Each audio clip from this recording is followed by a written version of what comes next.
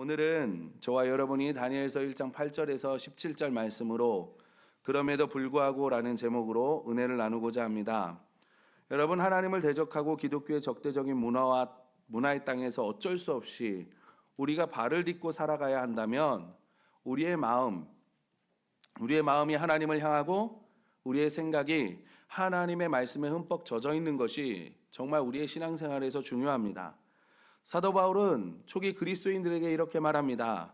너희는 이 세대를 본받지 말고 오직 마음을 새롭게 함으로 변화를 받아 하나님의 선하고 기뻐하시고 온전하신 뜻이 무엇인지 분별하라 라고 말씀하죠. 이처럼 세대를 본받지 않는 모습의 가장 좋은 예가 바로 오늘 본문 말씀에 나오는 다니엘이라는 거예요. 여러분, 자기의 땅에서 뽑혀서 바벨론 제국에 끌려간 4명의 히브리인 10대 청년들의 이야기입니다. 청소년의 이야기죠. 다니엘서의 주제는 선을 위해 모든 일을 행하시는 하나님의 주권이라는 것을 다니엘서를 통해 나타내십니다. 하나님은 강대국 같은 거대한 대상들 뿐만 아니라 여러분 10대들의 사소한 일들도 주관하고 계신다는 거예요. 또한 역사와 미래도 주관하고 계십니다. 이방 땅에서도 신실했던 4명의 히브리 소년들을 위해서 승리하시는 하나님을 보여주는 것, 이게 다니엘이라는 거예요. 그래서 저는 우리 영도교회 어른 성도님들에게 부탁드리고 싶은 것이 무엇이냐면, 우리 교회 학교 있잖아요. 유치부, 아동부, 청소년부, 청년부. 우리가 바라보면서 그들에게 얘기하잖아요. 지지와 격려를, 너희들은 다음 세대를 이끌어갈, 우리 영도교회를 이끌어갈 기둥이야 라고 말하잖아요. 맞아요. 맞는데 또 하나는 뭐냐면, 너희는 지금 유치부를, 너희는 지금 아동부를, 너희는 청소년부를, 청년부를 이끌어가는 너희들이 주인공이야 라고 여겨주시고, 그렇게 칭찬해 주시고 격려도 해주시고 기도도 해주시고 많이 도와주셨으면 좋겠습니다. 여러분, 왜 그러면 다니엘과 새 친구들 또한 10대들이거든요. 10대들의 그 청소년들이 하나님을 보여주는 삶을 살았던 것처럼, 여러분, 우리 영도교회에 있는 저와 여러분을 포함해서 어린아이서부터 어른에 이르기까지 우리 모든 이들이 정말 예수 그리스도를 보여주는 삶을 살았으면 좋겠습니다.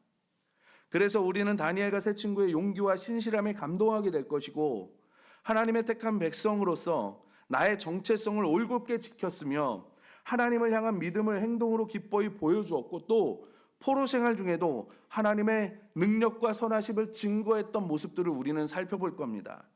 그리스도인이란 그리스도의 보혈로 구속되고 그리스도 안에서 정체성을 올곧게 지킴으로써 하나님의 은혜를 증거하도록 부름받은 자로 저와 여러분들이 되셨으면 좋겠습니다. 그러면 우리가 이 세상 속에서, 바벨론이라는 세상 속에서 어떻게 살아가야 될까? 첫 번째는 뭐냐면, 내가 누구인지를 인지해야 되는 거예요. 내가 누구인지를 기억해야 합니다.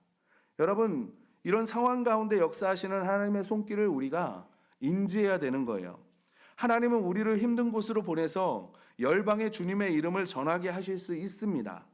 다니엘의 이야기에서처럼 하나님은 종종 자기 백성의 삶에 고난을 허락하시곤 해요. 우리가 구약을 쭉 읽어보면 평안할 때도 있지만, 여러분, 고난낼 때도 있잖아요. 하나님의 주권을 입증하고 자기의 백성의 신앙을 강화하며 주님의 지혜와 힘을 보이기 위해서, 그리고 하나님이 인도하신 열방 가운데 주님의 영광을 보이기 위해서 하나님은 고난을 이렇게 허락하기도 하신다라는 거예요. 여러분, 어떤 교회에서 주차장이 없는데 교회 옆에 빈 땅이 있는 거예요. 빈 땅이 있는데 이 땅 주인이 교회를 다니진 않아. 그런데 이 땅을 교회 주차장으로 쓰라고, 주일날 쓰라고 딱 얘기를 하는데 52주에 딱 한 주는 못 쓰게 했어요. 그러니까 너무 궁금하잖아요. 그래서 목사님이 가서 물어보셨대요. 아니, 왜 52주를 다 빌려주시면 되지, 한 주만 빼놓고 그렇다고 이 한 주를 그 주인이 땅을 쓰냐? 안 써요. 근데 못 쓰게 딱 막는 거예요. 그래서 왜 이 못 쓰게 하십니까? 우리가 52주를 다 쓰면 좋을 텐데, 그렇게 얘기를 하니까 이렇게 얘기를 하더래요. 땅 주인이 누군지를 알게 하려고 그런 겁니다. 다니엘서를 펼치면요, 바벨론 제국이라는 땅으로 옮겨 심긴 4명의 대단한 젊은이들을 만나게 돼요. 그곳은, 여러분, 이 젊은이들을 이 믿는 신을 인정하지 않아요. 그 시대에는 신과 신의 싸움이니까 바벨론 제국이 이스라엘을 이겼잖아요. 그 말은 뭐냐면 바벨론이 믿는 신이 이스라엘 너희들이 믿는 신보다 강하다는 거예요. 그러니까 그들이 이스라엘의 신을 믿을 필요가 없는 거죠. 왜요? 나라를 망하게 하는 것처럼 보여지니까. 그리고 여러 우상들을 섬기는 그런 곳입니다. 그런데 그들은 이곳을 고향으로 여기지 않아요. 포로로 잡혀왔지만 하나님의 섭리, 계획 아래 있다. 그들은 믿습니다. 이스라엘이라는 나라 사울 왕을 거쳐서 다윗 왕과 솔로몬 왕이라는 우리가 아는 것처럼 훌륭한 왕을 배출하지만 오랜 시간을 거쳐서 정치적으로나 영적으로나 쇠퇴해 가요. 하나님의 뜻에 따라 느부갓네살 왕이 예루살렘을 공격해서 많은 유대인들을 잡아갑니다. 느부갓네살은 환관장 아스부나스에게 너희들 왕족과 이 이스라엘 중에 왕족과 귀족들, 똑똑한 사람들, 지혜로운 아이들 데려오라고 명령을 하고 남유다 왕국에서 가장 총명한 이들을 뽑아서 바벨론 제국의 유익을 위해 사용하려고 하는 거예요. 그러니까 이거를 보면 여러분 느부갓네살 왕이 참 세상적으로 보면 지혜로운 것 같습니다. 왜냐하면 그는 젊고 지혜로우면서 유대인들을 이끌 만한 지도자들, 될 만한 사람들을요 뽑아가지고 바벨론 문화 교육을 통해서 내 사람을 만들려고 하는 거예요. 여러분 교육은 사람들에게 특히 자라나는 이들에게 굉장히 중요합니다. 공산주의는 어린 유아에서부터 의무적으로 공산교육을 시키죠. 무슬림은 어때요? 어릴 때부터 코란을 가르치죠. 유대인들은 토라를 가르치죠. 우리는 무엇을 가르칩니까? 성경을 가르칩니까? 세상의 지식을 가르치고 세상의 방식을 가르칩니까? 느부갓네살은 갈대아 문학을 이들에게 가르쳐서 유대인의 젊은이들을 내 사람으로 만든 다음에 유대인들을 다스리려고 했어요. 그리고 말을 가르칩니다. 말이라는 건 굉장히 중요한 역할을 합니다. 느부갓네살이 자신의 사람으로 쓰려면 갈대아 언어를 가르쳐야 되고 이 언어에는 문화가 굉장히 깊이 연관되어져 있거든요. 그리고 또 왕의 음식을 먹게 해요. 왕의 음식을 먹게 한다는 건 너희들은 특별하다는 거예요. 여러분 그 당시에 포로라는 거는 인간 대우를 받지 못하는 거예요. 인간 이하의 취급을 받습니다. 그런데 그 사람들 중에서 뽑는 거예요. 너희는 특별해. 너희는 내가 선택했어. 너희들은 특별한 사람들이야. 대우하는 거죠. 특권의식으로 동화되기가 얼마나 쉽겠습니까? 여러분 이런 특권의식에 여러분 안 빠질 자신 있으십니까? 저는 없어요. 솔직히 말씀드리면. 느부갓네살은 지혜롭게 자신이 전쟁으로 잡아온 사람들 가운데 똑똑한 이들을 자신의 사람으로 세워가고 있는 거예요. 그러나 다니엘과 새 친구들은 어떻게 합니까?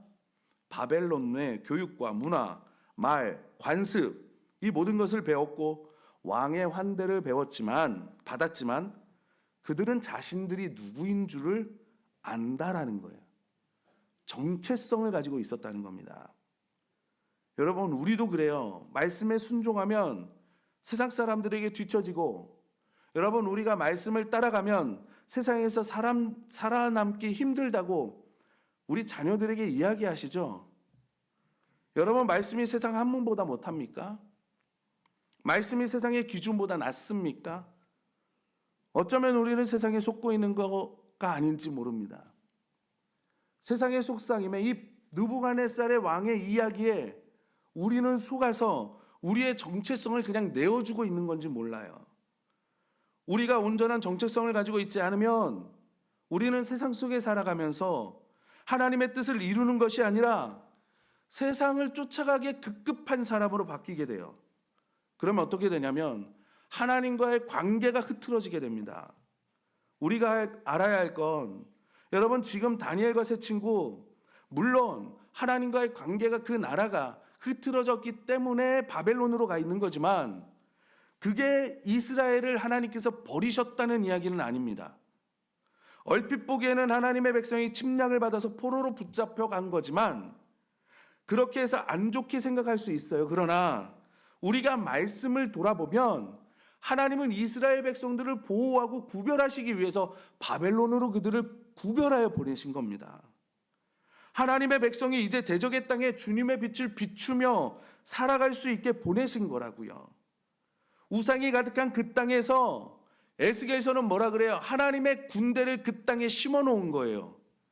이스라엘은 그 안에서 열방을 구원하실 하나님을 증거하고 증인으로 부름을 받았다는 겁니다. 저와 여러분도 마찬가지예요. 지금 있는 곳이 고난이고 좌절일 수밖에 없을 수도 있어요. 아니면 좋은 곳에 내가 남들에게 자랑할 만한 그런 위치에 있을 수도 있습니다. 그러나 분명한 것은 우리는 증인으로 그곳에 부름받았다는 거예요. 그곳에서 살아계신 하나님을 증거하고 다니엘과 새 친구들처럼 하나님은 지금도 우리를 보호하신다. 하나님은 지금도 우리와 너희를 사랑하신다. 모든 이들을 구원하기를 원하신다. 이것을 선포하고 증거해야 될 줄로 믿습니다. 저는 우리 영도교의 모든 성도님들이 이런 분들이 되시기를 부탁드립니다. 그렇다면 우리는 어떻게 우리의 정체성을 지켜가야 할까? 두 번째는 뭐냐면 거룩함을 지켜야 된다는 거예요. 히브리 소년들의 이야기를 보면 여러분 시편의 1편이 생각이 나요. 왜냐하면 시편 1편이 어떤 말이에요? 어떤 말씀이에요? 복이 있는 사람은 악인의 꾀를 따르지 않고 거절하는 거잖아요. 하나님의 율법을 따르기를 즐거워하는 사람에 대한 언급이에요. 여러분 다니엘과 새 친구들 정말 시편 1편의 말씀처럼 복 있는 사람처럼 악인의 꾀를 따르지 않고 정말 하나님의 말씀을 주야로 묵상하고 즐거워하는 모습을 보여주지 않습니까? 여러분 이들은 자신의 신념, 하나님을 향한 헌신, 그리고 자신의 정체성 이런 것들을 포기하지 않기로 결심하고 결단을 합니다. 타협이라고 요구하는 그곳에서 그들이 어떻게 반응한 줄 아십니까? 아니야. 바벨론의 문화가 더 뛰어나. 바벨론이 더 좋은 것이야. 바벨론의 많은 것들을 너는 누릴 수 있어 라고 말하는 그 타협 가운데 다니엘과 이 세 친구는 이렇게 고백합니다. 우리 8절 말씀을 다 같이 읽겠습니다. 8절 말씀입니다. 시작. 다니엘은 뜻을 정하여 왕의 음식과 그가 마시는 포도주로 자기를 더럽히지 아니하리라 하고 자기를 더럽히지 아니하도록 환관장에게 구하니. 아멘. 다니엘은 바벨론의 세계로 들어갔지만 그것이 그의 생각과 그의 마음을 집어삼키지 못했습니다. 다니엘은 바벨론에 살고 있지만 바벨론은 결코 그곳이 그의 고향이 될 수가 없었습니다. 그의 조상 아브라함처럼 다니엘도 역시 바벨론 속에 살아가고 있지만 하나님이 계획하시고 지으실 터가 있는 그 성을 바라보면서 살아갔다는 거예요. 여러분 다니엘에게 주어진 음식이 어떤 음식인지는 모르지만 다니엘이 제공받은 그 음식은 다니엘을 능히 더럽게 하게 할 만한 음식이었다는 거예요. 지금의 상황으로 말하면 우리에게로 말한다면 하나님과의 관계를 해치는 거라는 거예요. 바벨론 즉 하나님을 거부하는 이들과 같아지고 그들 가운데 높아지게 하고 그들과 눈높이가 같고 그들과 생각이 똑같고 그들과 정체성이 똑같고 똑같은 가치관을 가지고 살아가게 만드는 것이 지금 다니엘에게 주어진 음식이라는 거죠. 결국 다니엘을 더럽히고 그 거룩함을 무너뜨리는 것. 그러나 하나님을 믿지 않는 사람들이 볼 때는 그건 합리적이야. 그건 좋은 거야. 그걸 왜 거부해? 라고 말할 만한 것. 하나님을 섬기는 일에 방해되는 것. 그것을 지금 다니엘에게 요구하고 있다는 겁니다. 그러나 다니엘은 그것이 주어질 때 결단한 거예요. 내가 오직 하나님만 섬기기로 하리라. 그리고 그는 거룩하고 겸손한 삶을 살아가기 시작합니다. 그리고 자신의 신앙, 그리고 자신의 신념, 자신의 믿음, 그 은혜를 고백하는 거야. 아스부나스에게.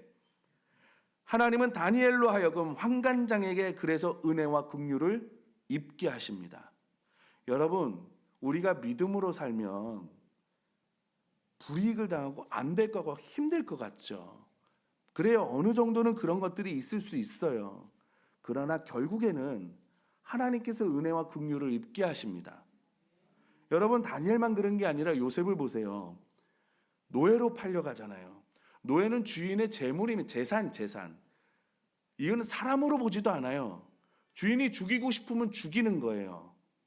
그런데 그 요셉이 하나님 앞에 있으니 어떻게 해요? 그 시위대 장관이 다니엘의 은혜와 긍휼을 주잖아요. 하나님이 은혜와 긍휼을 입게 하잖아요. 그가 누명을 써서 수용소에 들어가요. 정치범 수용소입니다. 나올 수가 없는 곳이에요. 그런데 그곳에 갔더니 이제 끝이라는 인생이 어떻게 돼요? 그 감옥을 맡은 감옥 간수장에게 은혜와 긍휼을 입잖아요. 가는 곳곳마다 요셉은 은혜와 긍휼을 입게 합니다. 그런데 사람들이 고백하는 게 뭐예요? 요셉을 보니 하나님이 그와 함께 하시더라. 다니엘도 마찬가지예요. 여러분, 다니엘은 자신의 입장을 견지하면서도 겸손하고 품위 있게 행동했습니다. 거만하거나 무례하지 않았어요. 불쾌하게 만들거나 완고하지도 않았습니다. 그는 친절하게 매력적인 태도로 환관장을 자기 편으로 만들어가는 거예요. 다니엘은 세상의 타협하여 신의 안위를 취하기보다는 신앙의 자존심을 지키기로 결정하고 주님을 믿고 신뢰합니다.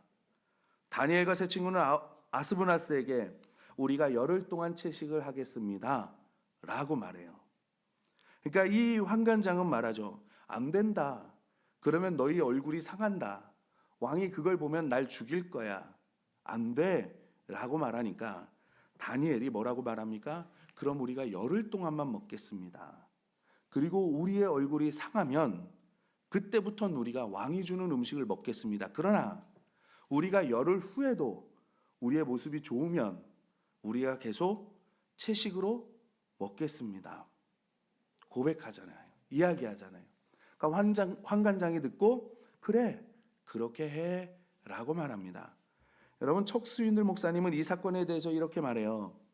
이 세상은 왕이신 하나님께 반역하는 사람들로 가득 차 있기 때문에 모든 세대의 성도가 그들의 신앙을 위협받는 상황에 처하게 되는 것은 불가피한 일이다.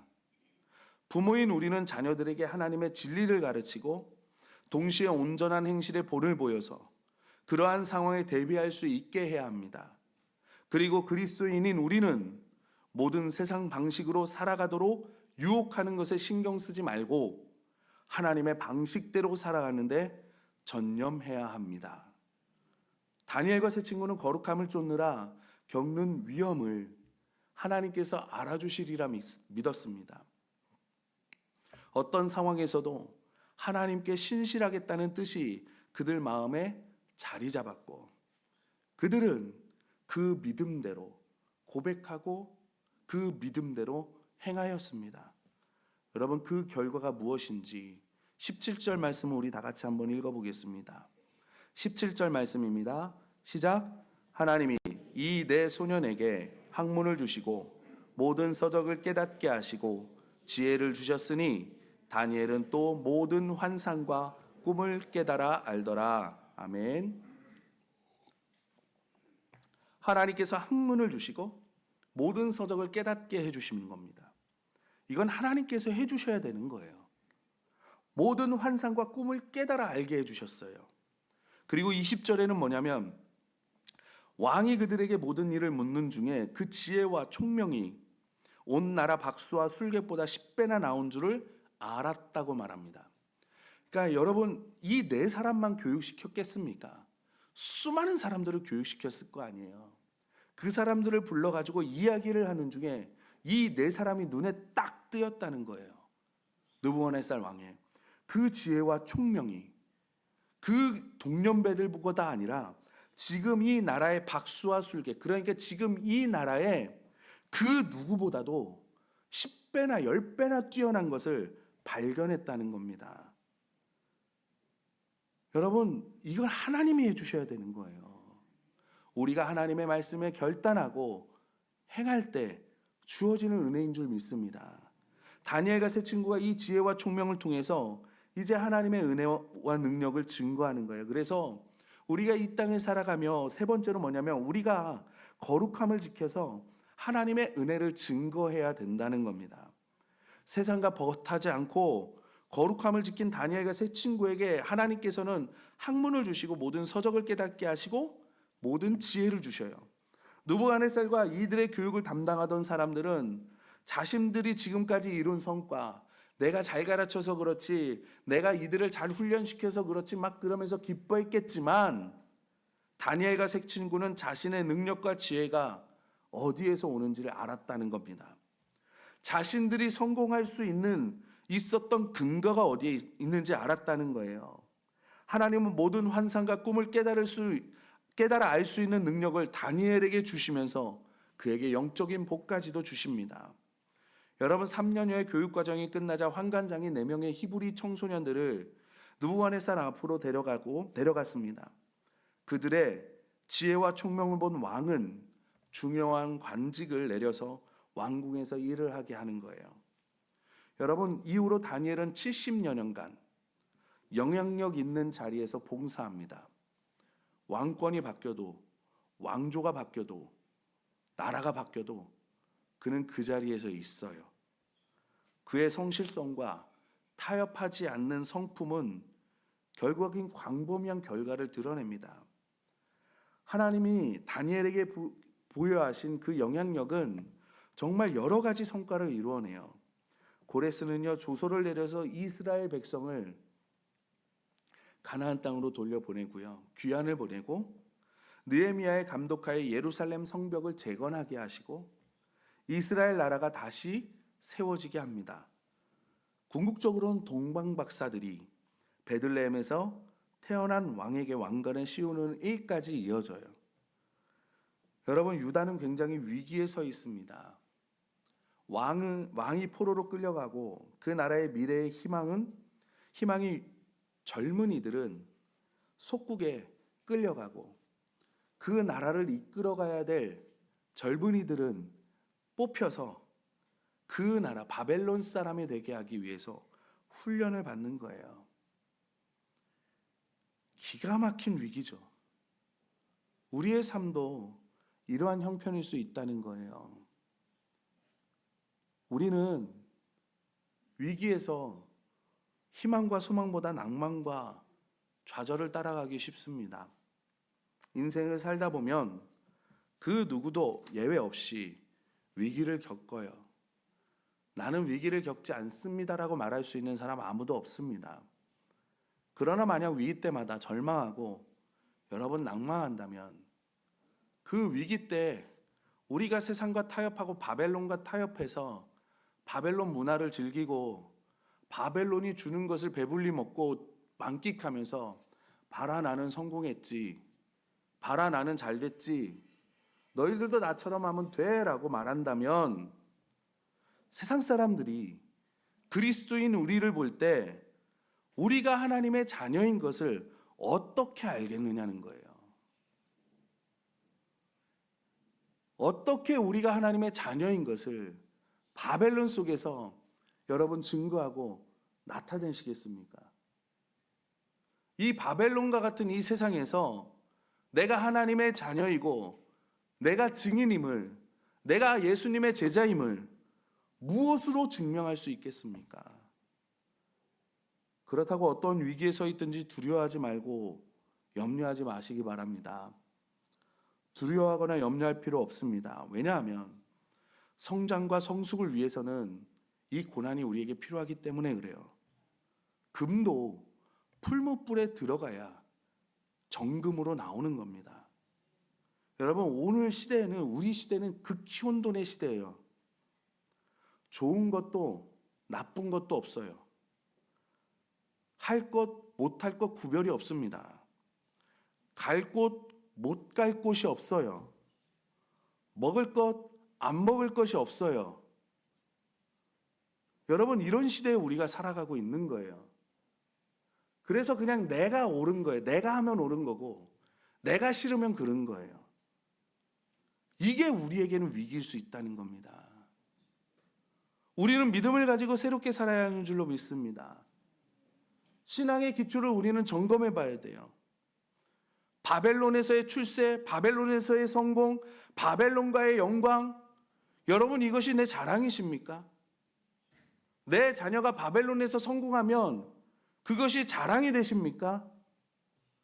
다니엘은 그런 것을 앞세우면서 거기에 맞추며 그것을 따라가지 않았다는 거예요. 히브리서 11장 24, 25절을 봐도 모세도 바로의 공주의 아들이라는 것을 거절하고 잠시 죄악의 낙을 누리는 것보다 하나님의 백성과 함께 고난받기를 원했다 그랬습니다. 하나님의 백성, 하나님의 뜻대로 사는 길은 잠시의 고난이 있을 수 있어요. 그러나 이 생명과 이 이름과 그 영광과 그 축복은 여러분의 자자손손만대에 이르기까지 이루어질 줄 믿습니다. 여러분, 죄악은 언제나 잠시예요. 세상은 언제나 잠시입니다. 영원한 길은 하나님의 말씀대로 뜻대로 사는 길인 줄 믿습니다. 성경은 유혹을 받지 말라고 말씀하고 있어요.